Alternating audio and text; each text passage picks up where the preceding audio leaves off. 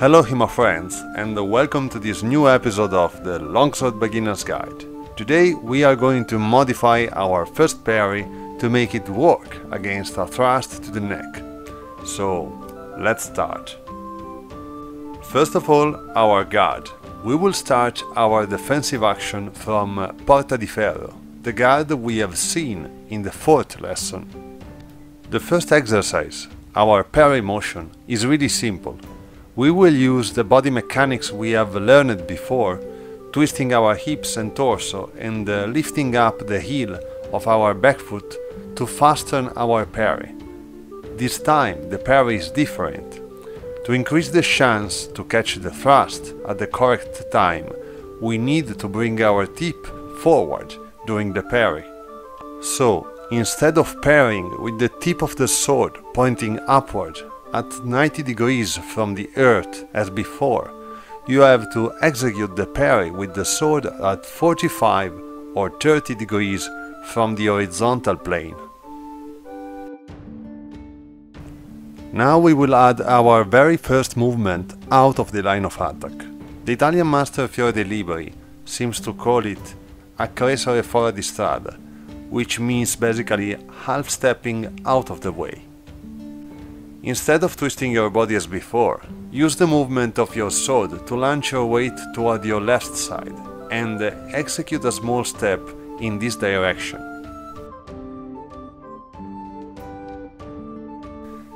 Now we will add our riposte, which is also a thrust. This time we will also execute our parry and riposte step by step. First of all, we will parry with our sword, then we will step, and at last we will execute our riposte. The step, when executed faster, will happen almost at the same time of the parry, but we divide the action in this way because the step is a consequence of the parry. In fact, it is not needed for the parry itself. We may easily deflect the thrust without moving. Instead, it is extremely useful to gain an angle, more convenient to thrust from.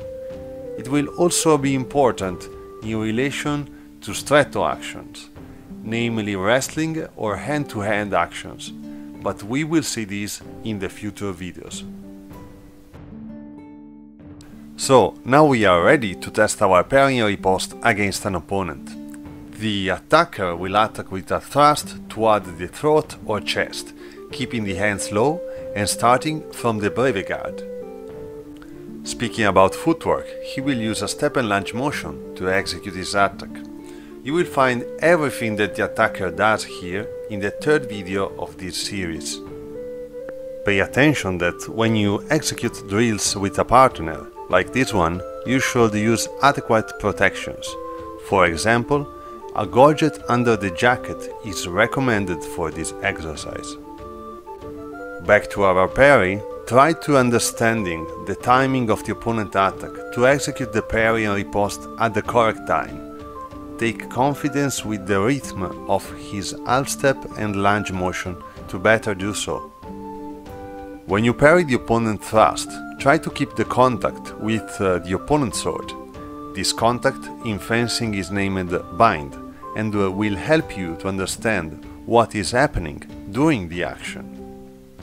When you have parried the opponent's thrust, execute your own one as a riposte from the angle that you have exploited with your sidestep.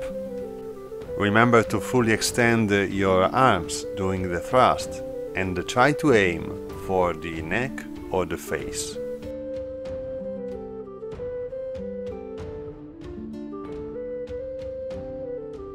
So guys, we are at the end of our fifth lesson. Remember, if you want to know more about my work and you want to support this beginner's guide, give a look to my Patreon page. You will find the link in the video description. As always, thanks for watching and see you next time.